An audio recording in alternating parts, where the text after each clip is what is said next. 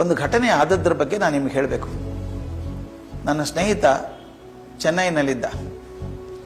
ಅವನು ಆದಂಥ ಘಟನೆ ನನಗೆ ಹೇಳಿದಾಗ ಅದನ್ನು ಬರೆದು ಸುಮಾರು ಇಂಟರ್ನೆಟ್ಟಲ್ಲಿ ಹಾಕಿ ಒಂದು 12-13 ವರ್ಷ ಆಗಿರ್ಬೇಕು ನಾನು ಇಂಟರ್ನೆಟ್ಟಲ್ಲಿ ಹಾಕಿ. ಅದ್ರ ಬಗ್ಗೆ ಸುಮಾರು 28,000 ಪತ್ರ ಬಂದಿದ್ದಾವೆ ನನಗೆ, ಮೇಲ್ಸ್ ಬಂದಿದ್ದಾವೆ. ಎಲ್ಲರೂ ಹೇಳಿದು ಈ ಕತೆ ನನ್ನ ಜೀವನ ಬದಲಾಯಿಸ್ತು ಅಂತ. ಅದೊಂದು ಕತೆ ಹೇಳಬೇಕು ನಿಮ್ಗೆ ನಾನು.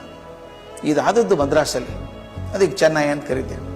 ಅವನು ಹ್ಯೂಲೆಟ್ ಪ್ಯಾಕರ್ಡ್ ಕಂಪನಿಯಲ್ಲಿ ಸೀನಿಯರ್ ಮ್ಯಾನೇಜರ್ ಆಗಿದ್ದ. ಶನಿವಾರ ಭಾನುವಾರ ರಜೆ, ಆರಾಮಾಗಿ ಪೇಪರ್ ಓದ್ತಾ ಇದ್ದ. ಅವನ ಹೆಂಡತಿ ಬಂದು, ನೋಡ್ರಿ ನಿಮ್ಮ ಮುದ್ದಿನ ಮಗಳು ಏನು ಮಾಡ್ತಾಳೆ ಅಂದರು. ಇದು ಎಲ್ಲರ ಮನೆಯಲ್ಲಿ ಆಗುವಂಥದ್ದೇ. ಮಗ ಅಥವಾ ಮಗಳು ಏನಾದರೂ ಒಳ್ಳೇದು ಮಾಡಿದರೆ ಅಪ್ಪ ಅಮ್ಮ ಇಬ್ಬರು ಅಭಿಮಾನಿ ಅಂತ ಹೇಳ್ತಾರೆ, ನನ್ನ ಮಗ ನನ್ನ ಮಗಳು ಅಂತ ಹೇಳ್ತಾರೆ. ಅವನೇನೋ ಕೆಟ್ಟ ಕೆಲಸ ಮಾಡಿದ್ರೆ ನೋಡಿ ನಿಮ್ಮ ಮಗ ನಿಮ್ಮ ಮಗಳು ಅಂತಾರೆ. ಯಾವಾಗ ಹೆಂಡತಿ ಬಂದು ನಿಮ್ಮ ಮಗಳು ಅಂದೋ ಏನೋ ತಕರಾರು ಇದೆ ಅಂತ ಗೊತ್ತಾಯ್ತು. ನೋಡ್ದ, ಆ ಹುಡುಗಿ ಅಳ್ತಾ ಇತ್ತು. ಮಗಳು ಸಣ್ಣ ಹುಡುಗಿ, 6 ವರ್ಷ ಹುಡುಗಿ ಅಳ್ತಾ ಇತ್ತು. ಯಾಕೆ ಅಳ್ತಾಳೆ ಇವಳು ಅಂತ ನೋಡಿದ. ಅವನಿಗೆ ಗೊತ್ತಾಯ್ತು, ಅಮ್ಮ ಮೊಸರನ್ನ ಕಲ್ಸ್ಕೊಂಡ್ಬಂದಿದ್ದಾಳೆ. ಅಮ್ಮ ಮೊಸರನ್ನ ಕಲ್ಸ್ಕೊಂಡ್ಬಂದಿದ್ದಾಳೆ ಮಗುಗೆ ತಿನ್ಬೇಕು ಅಂತ. ಆದ್ರೆ ಮಗುಗೆ ಮೊಸರನ್ನ ಕಂಡ್ರೆ ಆಗೋಲ್ಲ. ಅಮ್ಮ ಮೊಸರನ್ನ ತಿನ್ನು ಅಂತ ಆಕೆ, ಆಮೇಲೆ ಮೊಸರನ್ನ ಬೇಡ ಅಂತ ಮಗಳು. ಅದೊಂಥರ ಕುಸ್ತಿ ನಡೆದಿತ್ತು. ಆಮೇಲೆ ಅಮ್ಮ ಹೇಳಿದರು, ಮೊಸರನ್ನ ತಿಂದೆ ಹೋದರೆ ನಿನಗೆ ಹಾಗೆ ಮಾಡ್ತೀನಿ ಅಂತ. ಅಳ್ತಾ ಇತ್ತು ಮಗು. ಅಪ್ಪ ಪೇಪರ್ ಇಟ್ಟ, ಮಗುನ ಪಕ್ಕ ಕೂತ್ಕೊಂಡ್ಬಿಟ್ಟು, ಅಮ್ಮ 2 ಚಮಚ ತಿಂದ್ಬಿಡು, ತಿಂದೆ ಹೋದ್ರಿ ಮಮ್ಮ ನನ್ನ ಬೈತಾಳೆ ಅಂತ. ಮಕ್ಕಳು ಬಹಳ ಬುದ್ಧಿವಂತರೀಗ. ಮಗು ಹೇಳ್ತಾ, ಅಪ್ಪ 2 ಚಮಚ ಅಲ್ಲ, ಪೂರ್ತಿ ಬಟ್ಲನ್ನ ತಿಂದ್ಬಿಡ್ತೀನಿ, ಅದನ್ನ ಕೇಳಿದ್ ಕೊಡಿಸ್ತೀಯಾ ಅಂತ ಕೇಳಿದ್ರು. ಅಪ್ಪ ಭಾರಿ ಖುಷಿ ಒಳಗಿದ್ದ. ಕೊಡಿಸ್ತೀನಿ ಮಗಳೇ, ಏನು ಬೇಕಾದ ಕೇಳಿ ಕೊಡಿಸ್ತೀನಿ ಅಂದ. ಆಕೆ ಗೊತ್ತು ಅಪ್ಪ ಬರೀ ಮಾತಾಡ್ತಾರೆ, ಕೀಲಿಕೆ ಅಮ್ಮನ ಕಡೆ ಇದೆ ಅಂತ ಗೊತ್ತು.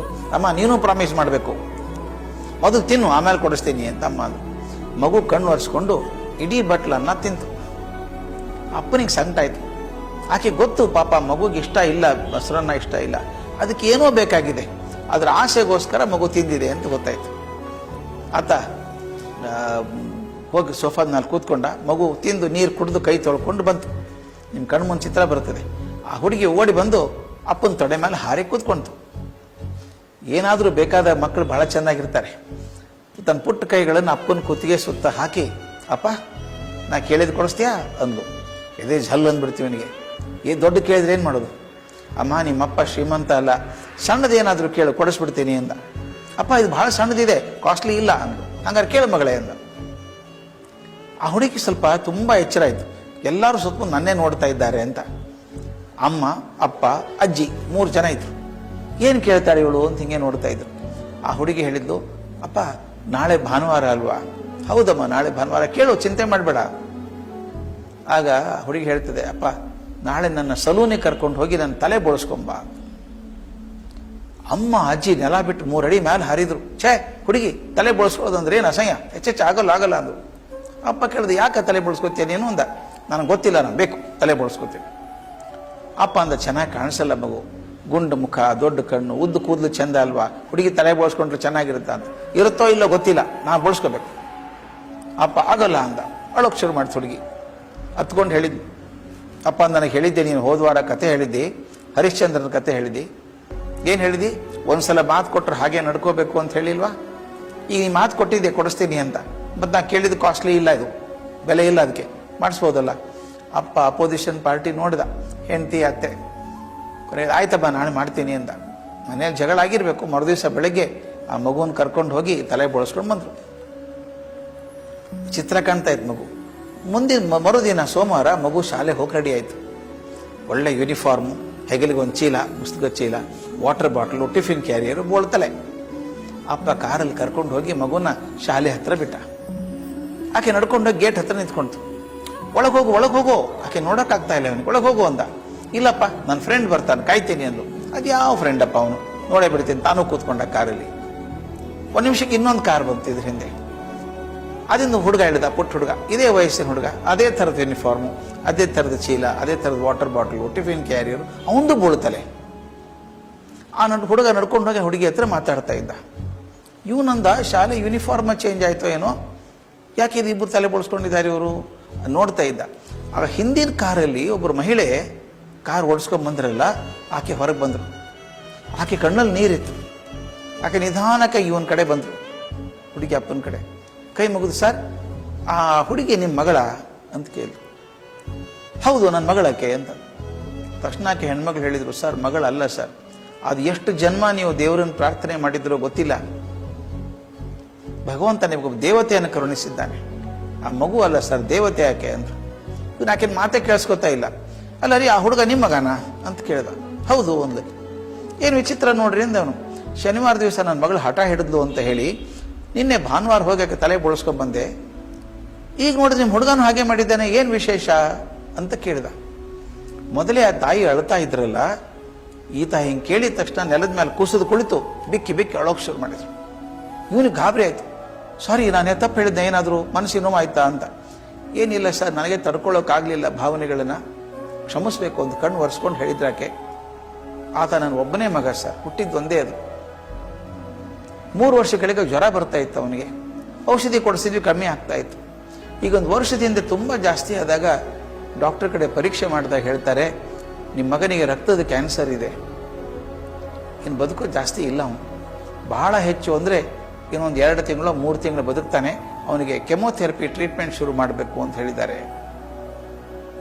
ನಮ್ಗೆ ಗಾಬರಿ ಆಗೋಯ್ತು ಸರ್. ಕೆಮೊಥೆರಪಿ ಟ್ರೀಟ್ಮೆಂಟ್ ಕೊಡ್ತಾ ಇದ್ದೀವಿ. ಆ ಡಾಕ್ಟರ್ ಹೇಳಿಬಿಟ್ರು, ನಿಮ್ಮ ಮನೇಲಿ ಅತಿಥಿ ಇದ್ದಂಗೆ ಇರ್ತಾನೆ, ಅವನು ಯಾವಾಗ ಬೇಕಾದ್ರೂ ಹೋಗ್ಬೋದು, ಸಿದ್ಧ ಆಗಿರಿ, ಮಾನಸಿಕವಾಗಿ ಸಿದ್ಧ ಆಗಿ ಅಂತ ಹೇಳಿದ್ರು.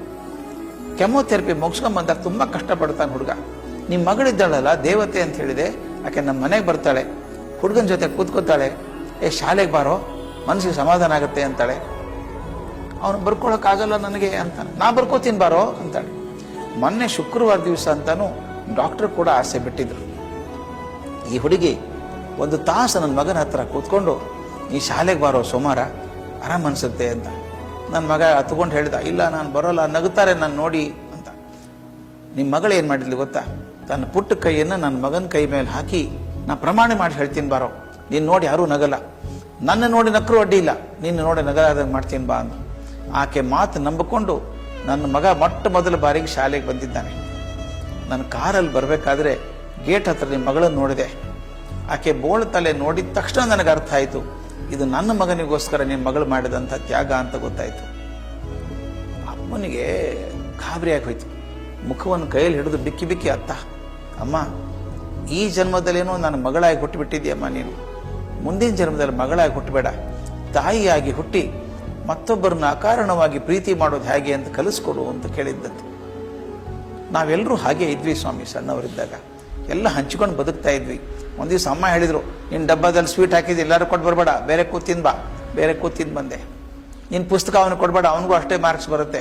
ನಿನ್ನ ಆಸ್ತಿ ತಮ್ಮನಿಗೆ ಹೇಳಬೇಡ, ಬೇಡ ಬೇಡ ಬೇಡ ಬೇಡ ಅಂದು ಸಣ್ಣ ದ್ವೀಪ ಆದಂಗೆ ಆಗ್ಬಿಟ್ಟಿದ್ದೀನಿ ನಾನು.